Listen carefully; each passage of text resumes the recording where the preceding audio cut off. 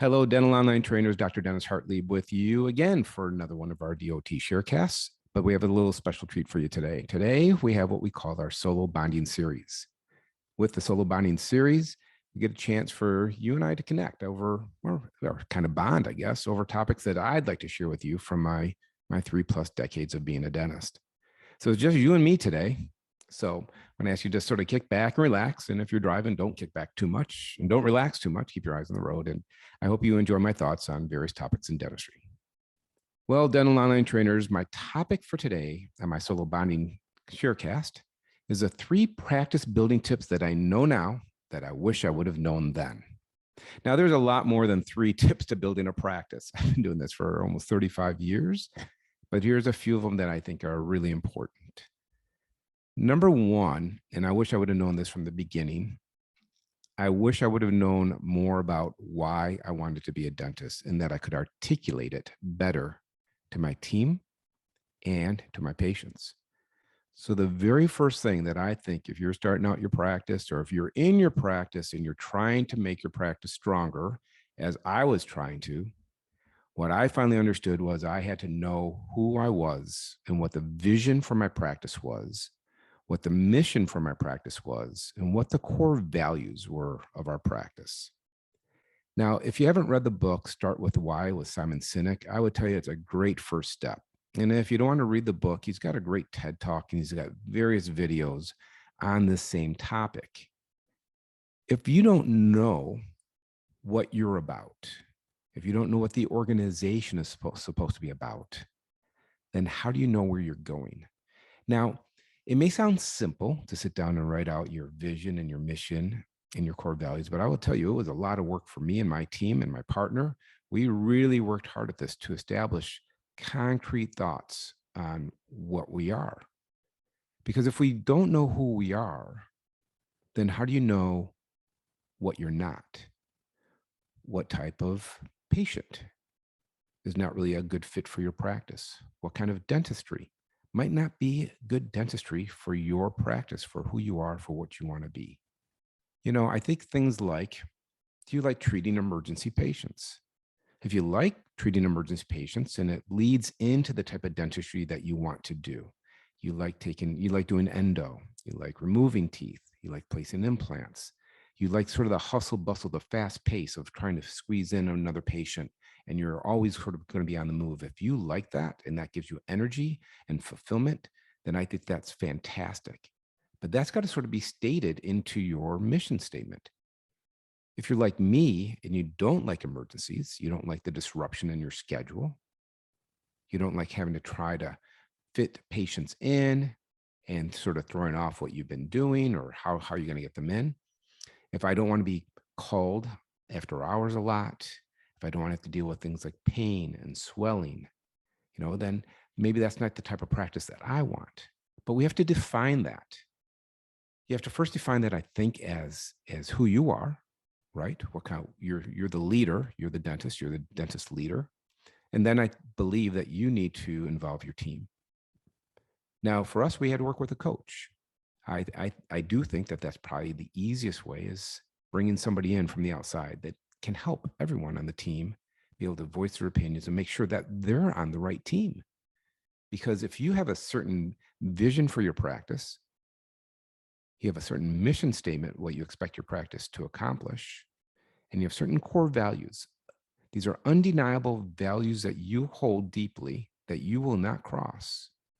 But you have employees or team members who don't share those core values. Maybe they're not a good fit for your practice.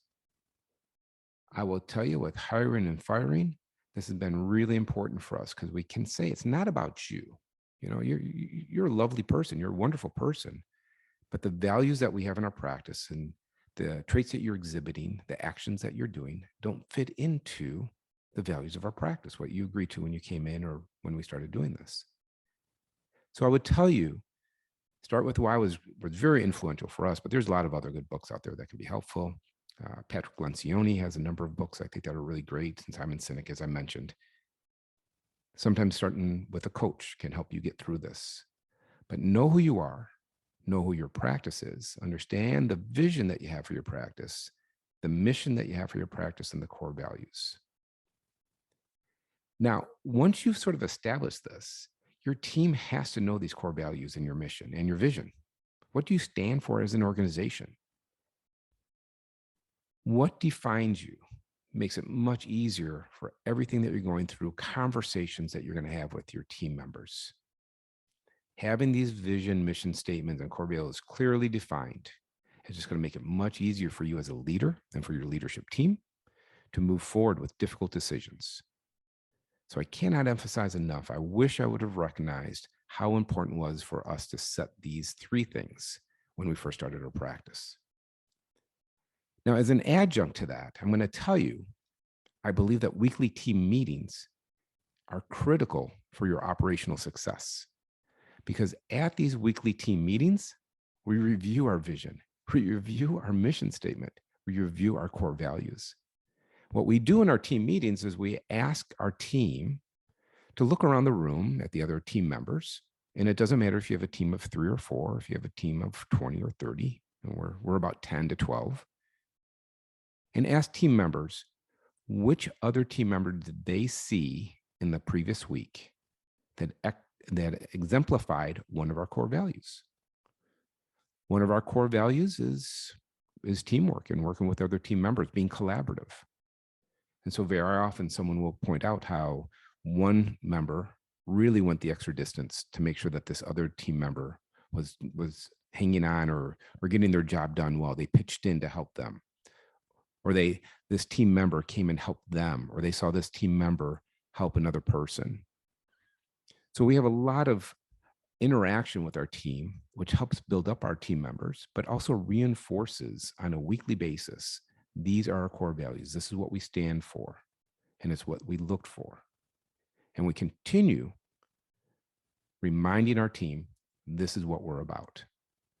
So,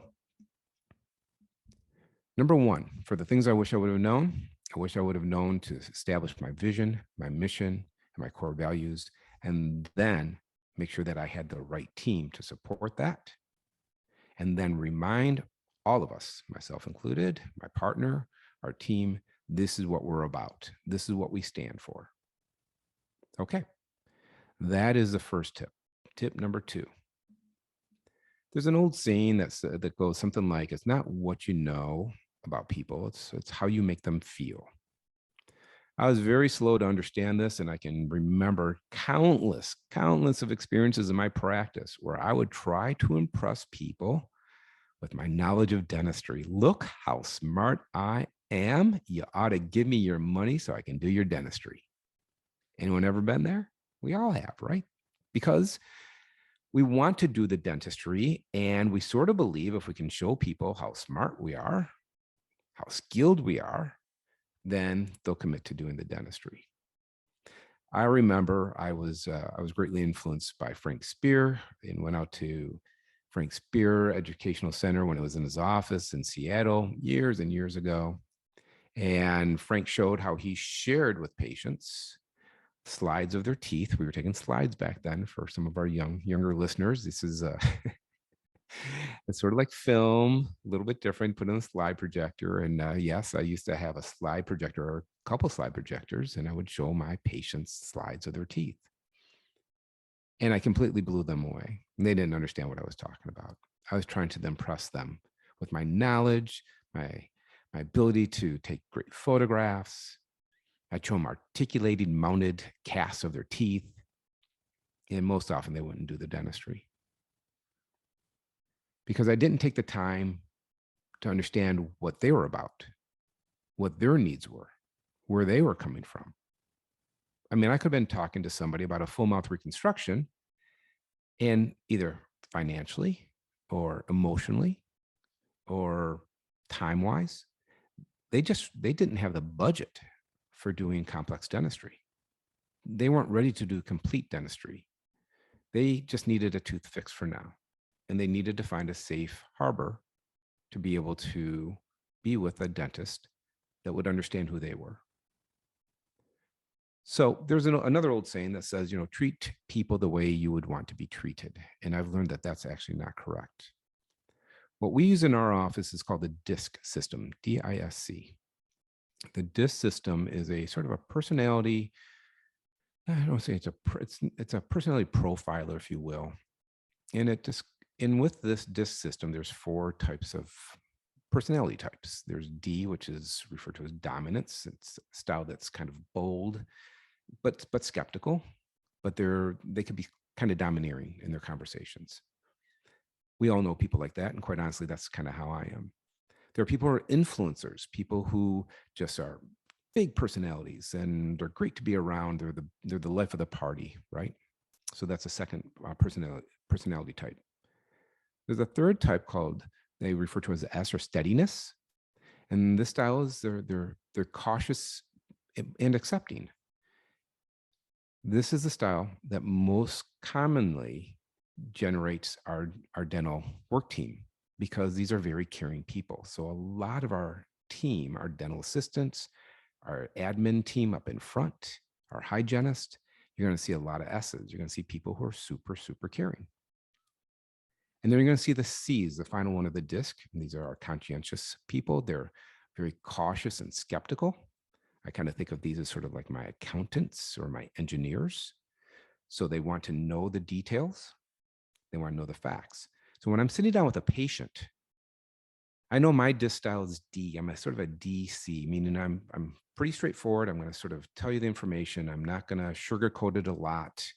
I want to be empathetic, but my style is that I'm just going to sort of tell you what I'm thinking and what I'm seeing. And I tell patients that. What I'm trying to do when I'm meeting patients is get a feel for what are they like. Because not only do they have a certain way that they behave, but they also have a certain way that they hear the information. So for instance, I'm not a person who likes a lot of details. I don't like to know every step from A to Z. But there are patients who are sort of the C profile, our accountants, right? Our engineers, you know the type. They want to know every single step along the way. One thing that I had to learn to do was to slow down so that if I recognize or my team recognize that, hey, we got someone sort of a C personality, I have to slow it down and I got to be ready to go step by step, step by step. This is what it's going to look like after step A, step B, step C, step D. Now, if I tried that with my D personality patients, they're gonna tune out. They just want to know, all right, well, here's where we're starting. This is what it's going to take to get there. And this is when it should be done. And this is going to be about how much it's going to cost. They don't need the details. They don't want the details. They just want to know, how do we get to the end, right? If I have someone who is an S personality, right, we're going to have to be more empathetic. We're going to have to be talking about what they should experience, are they going to be having any discomfort? Is there going to be any issues that they're going to have? And we just have to be even more sensitive because that's what they need in the conversation. So I'm not trying to be a phony. What I'm trying to do is be able to relay the information that I need to give to the patient in the best way for them to hear it. And I think that's where understanding personality types of patients is really, really critical. This is also important for our staff, for our team members. My team members know that I have this D personality, and they try to just give me the detail. They try to give me the information without all the details. I have some team members where they're very strong C's, and I have to sit back and I got to be ready to listen because they're going to go through every little detail because that's how they feel heard. And there are times when I'll have to say, this is not a good time for that. I'm right in the middle of a patient. I don't have time. Let's carve some time out at the end of the day so I can sit and listen, because otherwise they're going to feel like they're unheard. So understanding these personality profiles, I think, can go a long way to helping you understand your patients and being empathetic because you're listening to them on their level, right? You're connecting to them with how they want to connect. A book that we read a couple of years ago, it was pre-COVID. It's called The Chameleon by Merrick Rosenberg.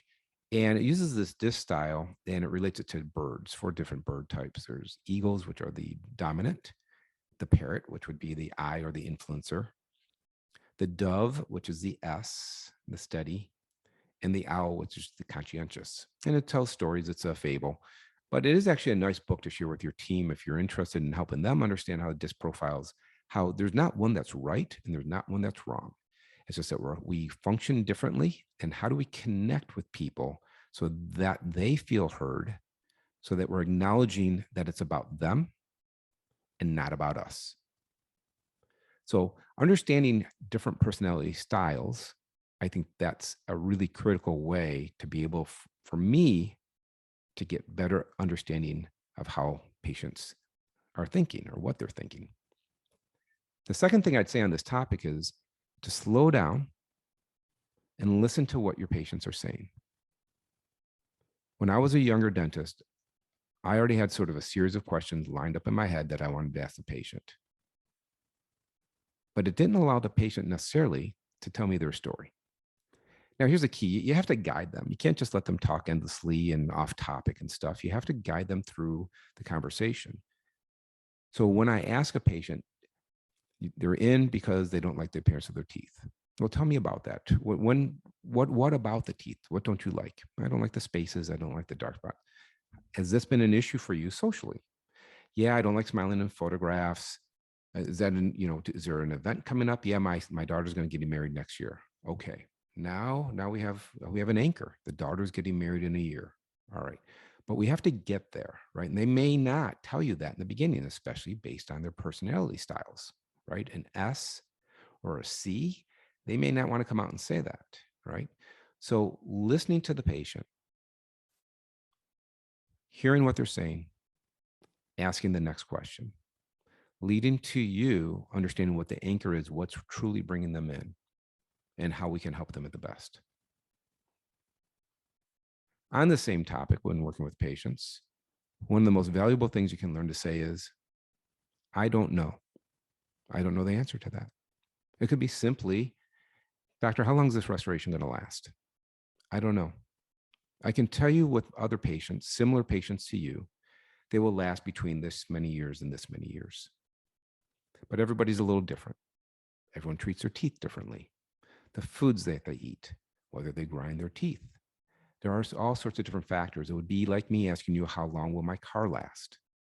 Well, how are you going to drive it? How are you going to maintain it?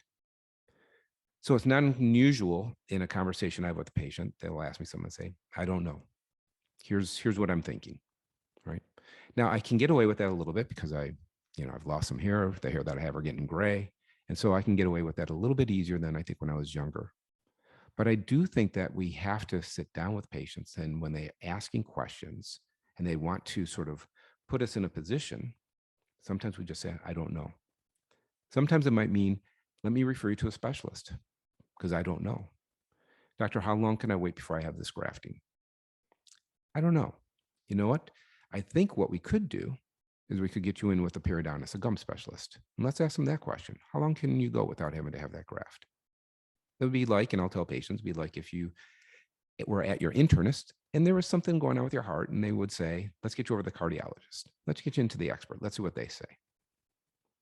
So I think as generalists, we owe our patients that opportunity to get better answers if they're available. And if we're a specialist, be able to say, I don't know, how are you going to treat your teeth? If we do veneers on your teeth, how are you going to treat them? I have some patients who treat them like they're fine china. They use them for smiling and talking, and they don't put them in the dishwasher. They don't beat them up. They're very careful with them. So they're going to be very careful with the food they eat. I have others who just treat them like natural teeth, and there's going to be some wear and tear and some chipping and stuff, just like we see with natural teeth. So that would be the number 2 thing I would say is get to know your patients. That's not what you know. Stop trying to impress them with fancy dental words. Don't say things like papilla. Patients don't care about papilla. It's that gum tissue between your teeth. So you don't see a black spot or you don't see a black triangle. Get to understand what makes them feel, how they feel. One of the things I say to patients commonly when they are talking about the treatment or we're discussing treatment, I'll say, look, all I know is I want to provide this dentistry for you, this type of dentistry I'd like to do, but it's your money. It's your wallet. These are your teeth. Tell me how I can help you get to where you want to get to. So I always try to remember that. It's their money. It's their teeth, right? How can we help them get to the level of dentistry that they find appropriate for them? And look, if that level of dentistry is not in your vision, in your mission, it's not part of your core values, then they might not be a good patient for your practice, right? I think that's why having that vision, mission, and core values all established, when you're sitting down with your patient, you can decide, you can determine, are you a good fit? Does this patient fit into the type of dentistry that we want to do? And are we the right dentist for the patient? Maybe we need to refer them to someone who might be able to better meet their needs. Finally, number 3, for the things that I know now that I wish I would have known better then. And this is something I sort of learned a little later, but I wish I would have learned a little bit sooner. For most of our practices, we build our patient base through marketing through other patients. Hey, Mrs. Jones, you liked us. Could you send us another patient? This is, very common with social media, right? We can send reviews to our patients. We can ask, did they enjoy their experience? So in today's world, using social media, using our website, using Instagram, using Facebook, I think those are all super great and very important. There are classic old school approaches, neighborhood involvement, civic charities, getting out there in the community. Absolutely. Very, very important. I think today's world, when people are flooded with messages from social media and other things, people still like that face-to-face, right? But I will tell you, my most loyal new patient referrals, the best referrals for complete dentistry especially, are patients that are referred from my specialists, from my orthodontists, from my endodontists, from my surgeons, my periodontists especially. These are patients that are already pre-sold. Because when another practice, another expert, a specialist, refers to you for general dentistry or restorative dentistry, in my case, cosmetic dentistry, they already feel like they've been referred to the best because they think that the specialist that they're at is probably the best. But I don't think it matters if you're doing cosmetic dentistry like I am, or general dentistry. I do a lot of general dentistry. Let's say you're a general dental practice. Well, you're competing with other general dental practices, right? Especially in the world of DSOs. So how are you going to differentiate yourself from these other large group practices, these DSOs? So I think it's important that you make contact with these specialty practices. Show them that you're different. Show them that your practice is different. How you treat your patients are different, right?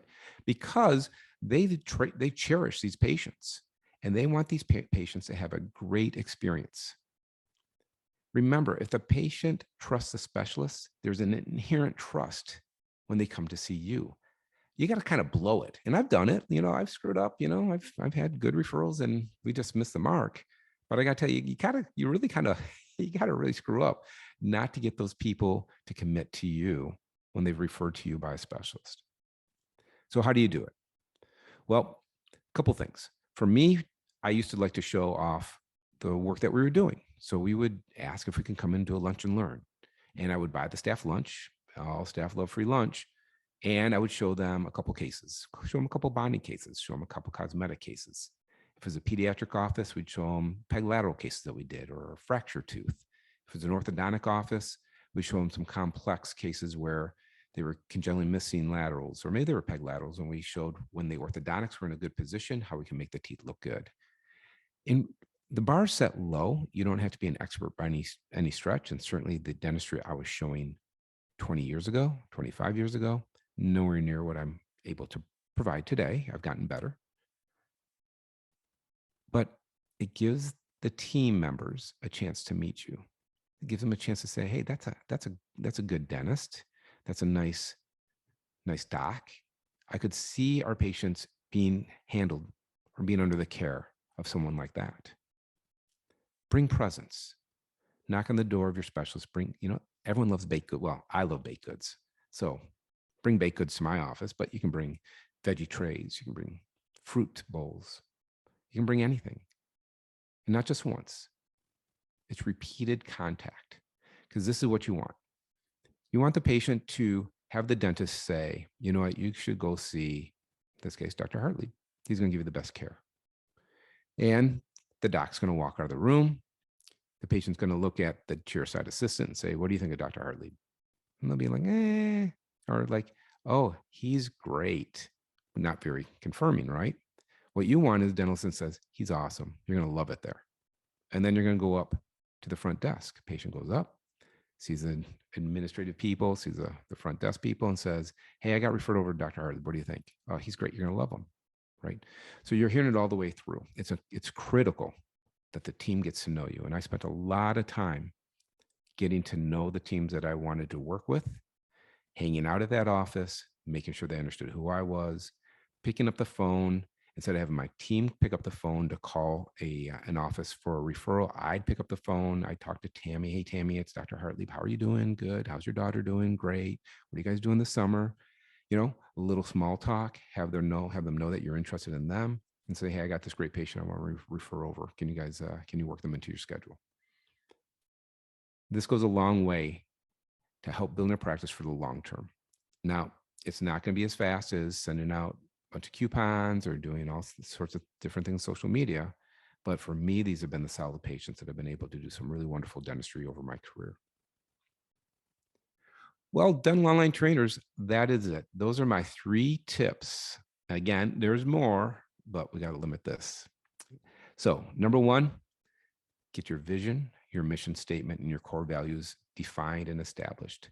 Get a coach if you need. There's lots of good coaches out there. If you have any questions about coaches, I can recommend some. Just DM me on Instagram, HartliebDDS, and I'll be happy to give you some recommendations. Number 2, understand. Stop trying to impress your patients with what you can do and your knowledge. Get to understand them, understand what they're about, what their needs are, and then help satisfy their needs. Get to know their personality styles. How do you connect with them? That's how you work them through their treatment. And finally, for number 3, if you're looking to build your practice to get these patients in and you want to get great cases, start working with your specialists. Get to know them, get to know their team. Let them get to know you, and in any way possible. And if you can put a little presentation together, if you can get your teams together, whatever it takes, start building these relationships, because they're going to be a great flow of new patients for you that are going to already be influenced to become great patients in your practice. Well, that's it, dental online trainers. I hope you enjoyed this Solo Bonding Sharecast episode. And until next time, yours for better dentistry. I'm Dr. Dennis Hartlieb.